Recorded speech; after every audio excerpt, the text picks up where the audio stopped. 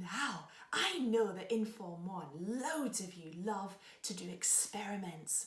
Well, I have a brilliant one for you to try today. You will need 3 little tubs. I'm using just little takeaway tubs because I hope that that's something that you might have. Or you could use really big ice cube trays, and that would be absolutely fine. You're going to need some water, and you need to fill your tubs not all the way to the top, because that's going to make it very difficult to carry, because yes, you're going to have to carry them around. So fill them about half full will be fine. Then you need to raid your toy box and find some very small toys. Maybe you might like to use Lego people. Maybe you'd like to use little mini beast toys, little bugs or slugs. Maybe, like me, you've got some little characters. These belong to my Ewan, and he loves them. I've got some Zomlings here, I've got some Stickies, and I've got some Super Zings. I wonder if some of you have those at home. I also have a few of these little superhero toys, which I thought would be good for my 3rd one. So, I am going to pop them in. If they wobble bobble, or maybe they fall over, maybe some of them float to the surface, or maybe some of them sink to the bottom. That's absolutely fine. Just pop them in. You're going for a swim. Off you go. Splop, splop. Oh look, he's got a special hard hat on. He'll find this fun. Up, in we go. And then finally my superheroes. I've got Superman. I've got a villain. I've got Loki. And I've got Iron Man. Now, because it's been so cold recently, you have been spotting ice when you've been out and about. So this is an investigation to find out more about ice. In these tubs, we've poured water. The water is moving. It poured out of the jug. It sloshes as I move the tub around. But I wonder what will happen when I put it in my freezer. If you know the forecast is going to be very cold, maybe you'd like to leave them outside somewhere, and actually the cold weather might freeze your water. But I'm going to choose to use my freezer to speed the process up a bit. So you're going to have to carry it very, very carefully and slowly. If your toys inside move around, that's okay, don't worry. Pop them into the freezer and we'll allow them to freeze solid. Do this for each of your tubs. So I've got 1 tub in, here comes another. Oh, carefully close the drawer. Oh, and I've got 1 more left to go in, my superheroes. Have a great time, guys. Sorry, it's going to be a bit chilly. Oh, carefully close. You might like Mummy or Daddy to help you with that bit.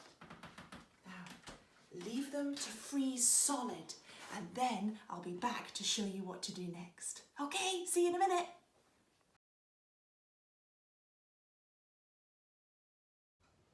Hi, we're back, and I'm wearing different clothes. That's because I tried to do the experiment yesterday, but the water hadn't quite frozen yet. Do you remember?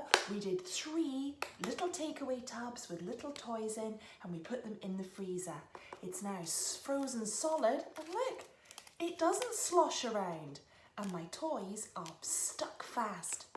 The water has gone from being a liquid, something we can pour and comes out of a tap, to being a solid, something that's hard, a little bit like the tabletop or a door. It is a solid. Now we've got all 3 of our tubs that are frozen, we are going to decant them into 3 bowls. Now I'm going to change the angle of the camera so you can see what I'm doing. Oh, I heard a crack. I think they're starting to melt already. The process of melting is exactly what we are going to investigate. We're going to see what speeds up melting, and we're going to use our observation skills, but we're also going to play. Are you ready? Here we go. Okay, here we go. We've got my superheroes in ice, we've got my blue little Zomlings in ice, and my red little Zomlings in ice. And we need to tip them out into a large bowl. I'm using my pasta bowls. You might have some large mixing bowls, or maybe you've frozen yours in ice cubes so that they're a little bit smaller. Oh, goodness. Okay, there we go. Now, I have 3 kinds of water. I have some warm water, and I have boiled the kettle, but I have added a little bit of cold water too. Still looks a little bit warm though. Can you see that steam rising? I've got some cold water from the fridge, and I'm going to make some salty water. Now, have you noticed that salt is what they put on the roads to prevent freezing? Salt seems a funny thing to want to put on the roads, so I'm curious to learn why we actually do it. So let's sprinkle some salt into the water and it will slowly dissolve, which means it disappears into the water and turns into salty water, like what we would find in the sea. Because my question is, which kind of water is going to melt my cubes of ice, my solid blocks of ice quickest? And does salt help the process? So here we go. I've got some spoons at the ready. I'm just using measuring spoons. If we're in Form 1, we might be using pipettes, but we'll use what we have. Okay, time to play.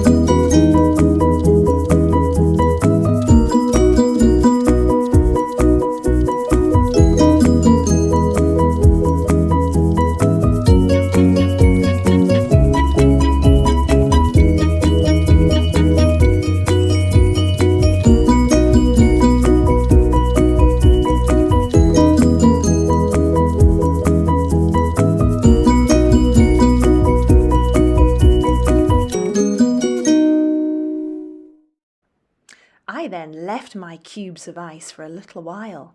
I put my camera onto time lapse, and that means it takes a photo every 10 seconds, and it means you see a bit of a faster process. If you look really closely, can you see one getting smaller? I think I can. Although the process of melting is a very slow one. If you keep going with your spoons, then I think you'll probably find yours goes much, much faster than mine. But actually looking at them, the saltwater one seems to have gone a little bit bobbly. It looks like it's not as smooth as the other ones anymore. But look at the red bowl, the ones with my red toys. It's definitely getting much, much smaller. Wow! You can almost see it shrinking right before your eyes. Welcome back. Yes, I am here, I promise. Now, I wonder if you spotted any changes watching that previous bit of video. I had it on time lapse, which meant it took a picture. Every 30 seconds, it would take a picture so that you should see what happened in a bit more fast speed. Now, my saltwater one, oh look, my superheroes are almost free. But no, they're still stuck in there. And plus, it's still quite large, a cube of ice. This one was the one that had the cold water. And I would say it's probably about the same size as the salt water. But none of them are free yet. I can touch his legs down here at the bottom. But look what's happened in my warm water. It is much smaller than the rest, which tells me this is melting faster. And look, 2 of my toys are free. Now, I hope that you will have a go at this experiment and see what you can find about melting.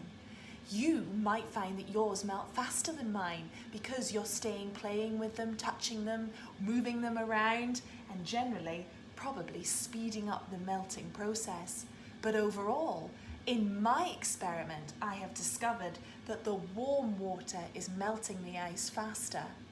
After that, it could be the salty water. Certainly the ice feels different in my salt one. It feels rougher and a bit crunchier and crisper. So it might be that the salt is actually speeding this up, followed by last, the cold water. Now, the question is, why do we put salt on our roads?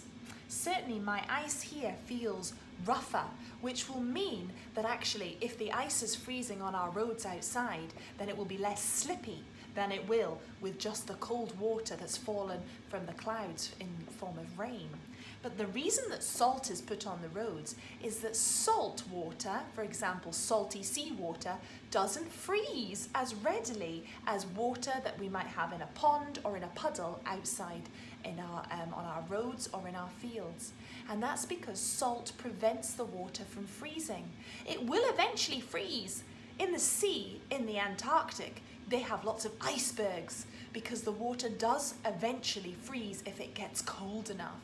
So the reason that we put salt on our roads is to lower the freezing temperature of the water to try and make sure that there's no ice on our roads when we want to drive our cars around, which makes us much, much safer. But I would love to find out about your experiments. So go on, freeze some toys in water and have fun finding out how the melting process happens and what you could do to speed it up. Bye for now.